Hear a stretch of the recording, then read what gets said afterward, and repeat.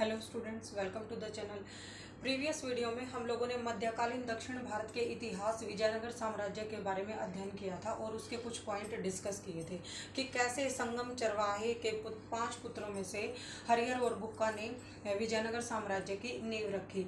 फिर उसी के क्रम में जैसे हम आगे स्टडी करते जाते हैं तो हम उन महत्वपूर्ण राजाओं की एक सूची तैयार करते हैं, जैसे देवराय प्रथम है, देवराय द्वितीय है, कि उन्होंने क्या क्या काम किए और उनका एक क्रम है।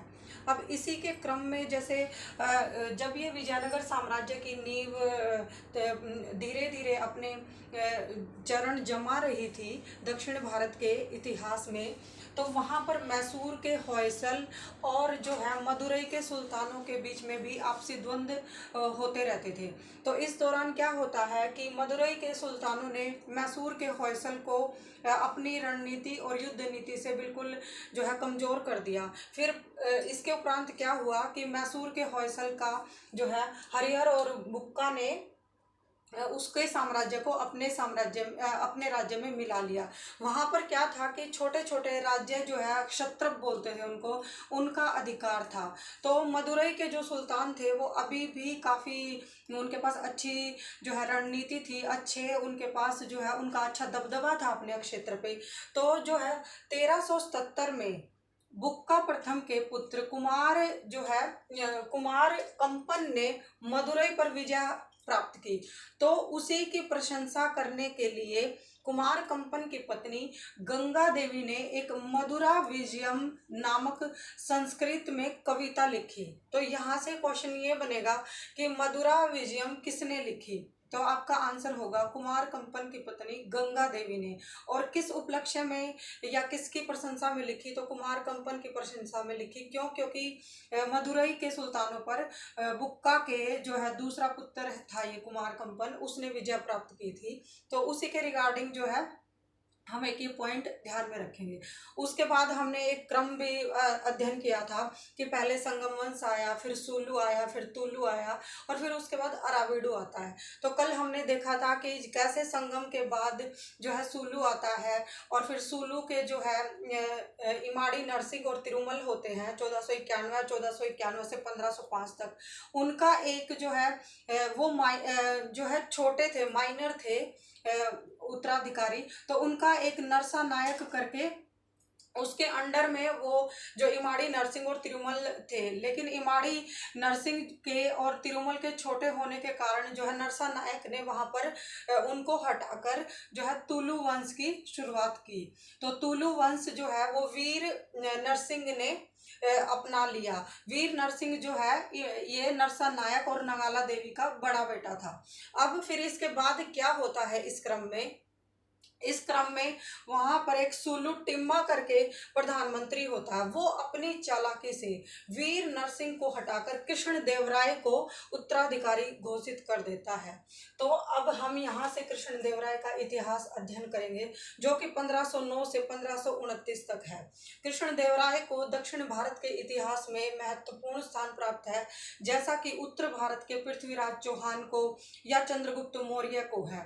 तो जैसे कि चंद्रगुप्त मौर्य के पास एक चाणक्य था या पृथ्वीराज चौहान या जो है ये हमारा उज्जैन के विक्रमादित्य के पास जो है बहुत सारे अच्छे जो कवि या जो उनका मार्गदर्शन करने वाले व्यक्ति होते थे। ऐसे ही हरिहर जो बुक्का है वो भी इस्लाम से परेशान हो गए थे, लेकिन उनका जो धर्म परिवर्तन और उनका जो मन परिवर्तन किया था वो संत विद्यारण्य ने किया था।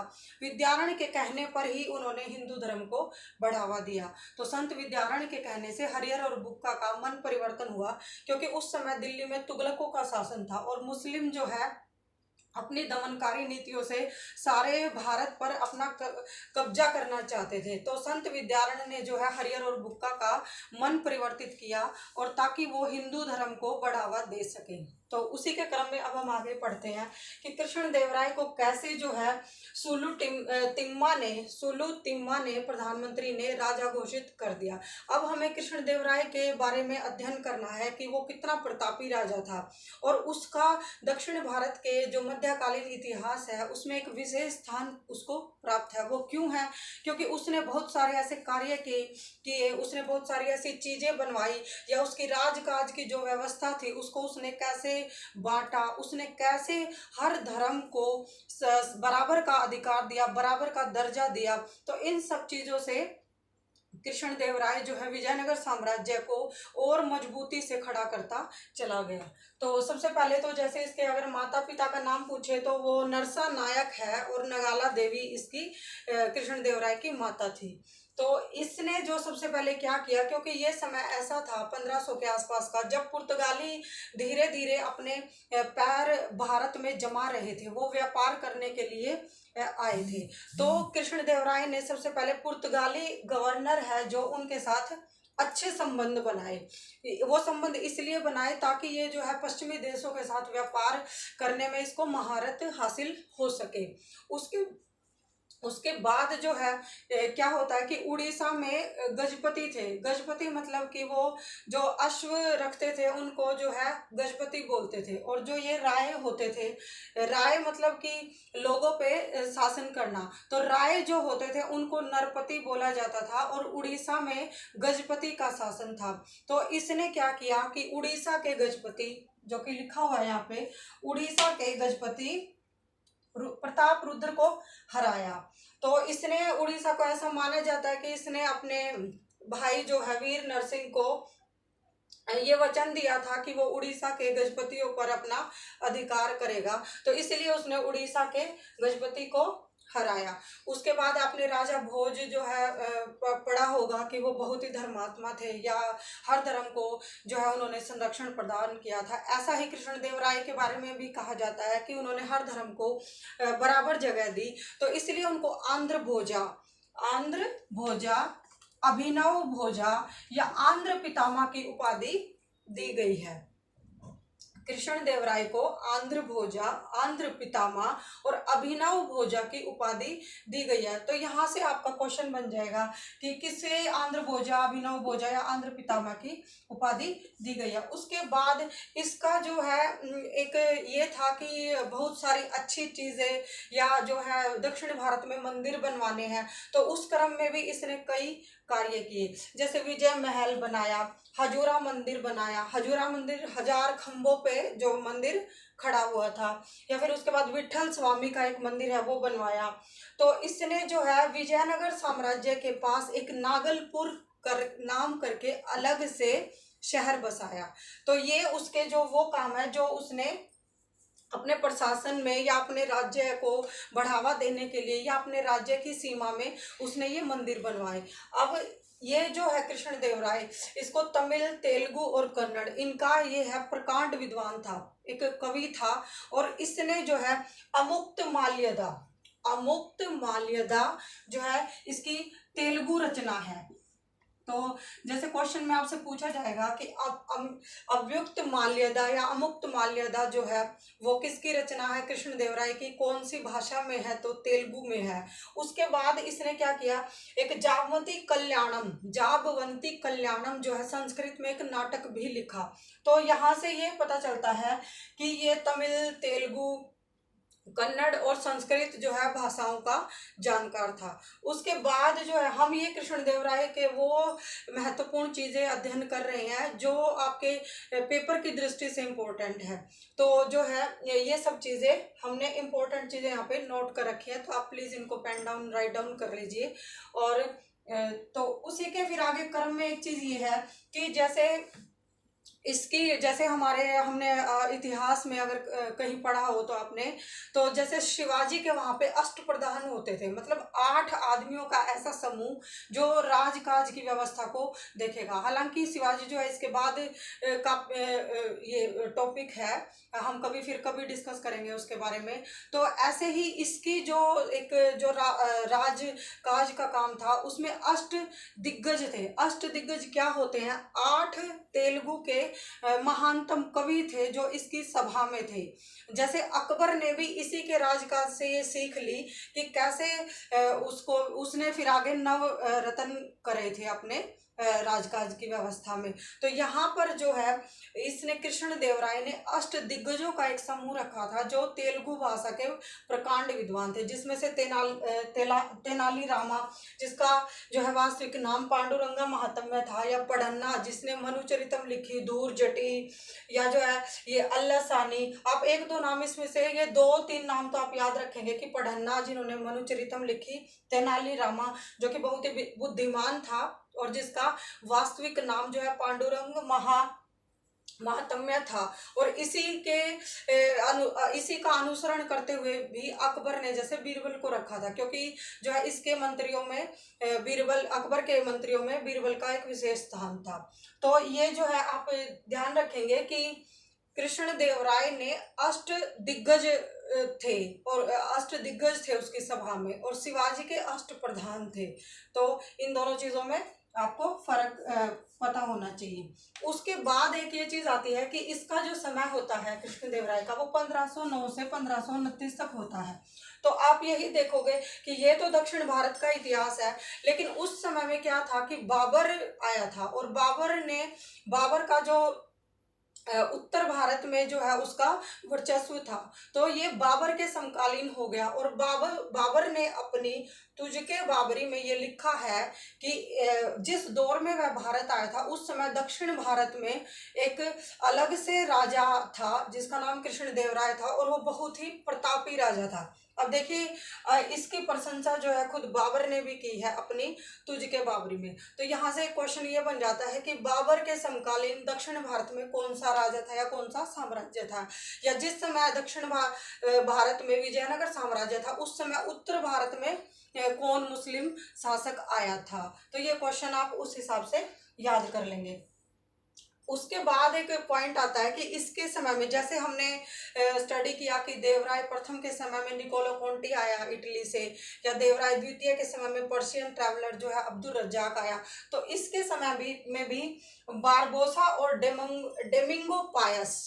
बारबोसा और डेमिंगो पायस जो थे वो पुर्तगाली यात्री आए थे। बारबोसा और डेमिंगो पायस ने काफी समय तक रह के यहाँ पे देखा, और इसकी जो है कृष्णदेवराय के साम्राज्य की, विजयनगर साम्राज्य की तुलना जो है इटली के रोम से की थी कि इतना सुव्यवस्थित, इतना अच्छा जो है उसका नगर था, इतनी अच्छी उसकी व्यवस्था थी। तो इटली के रोम से इसकी तुलना की है। डेमिंगो पायस ने तो ये बात भी कही है कि जो कृष्ण देव राय है इतने उदारवादी राजा थे कि उन्होंने जैसे मूर मतलब मुस्लिम या हीथन हिंदू या क्रिश्चियन ईसाई सब धर्मों को बढ़ावा दिया था, सभी के जो है बीच में समन्वय बैठाया था। उसके बाद जो है एक ये था कि इसका अपनी जैसे नौसेना पर भी इसने काफी काम किया था कि जो है श्रीलंका तक भी इसको जो है ट्रिब्यूट पे करते थे, मतलब वो इनके राज दरबार में अपना जो है इनके प्रति सम्मान व्यक्त करते थे।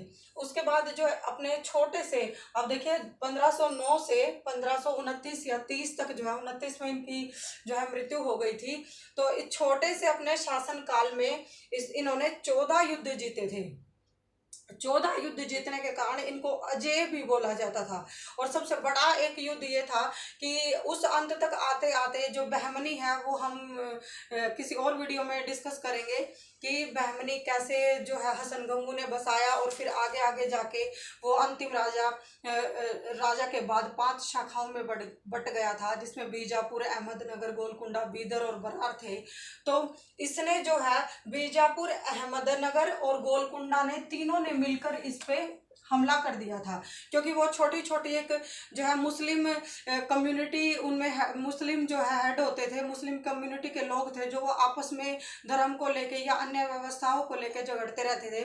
तो इन तीनों ने मिलके बीजापुर, अहमदनगर और गोलकुंडा ने मिलके तीनों ने इकट्ठे होकर इस पर हमला कर दिया था, और कृष्ण देव राय ने उस युद्ध में भी जीत हासिल की थी, इसलिए इसको एक अजेय राजा भी माना जाता है।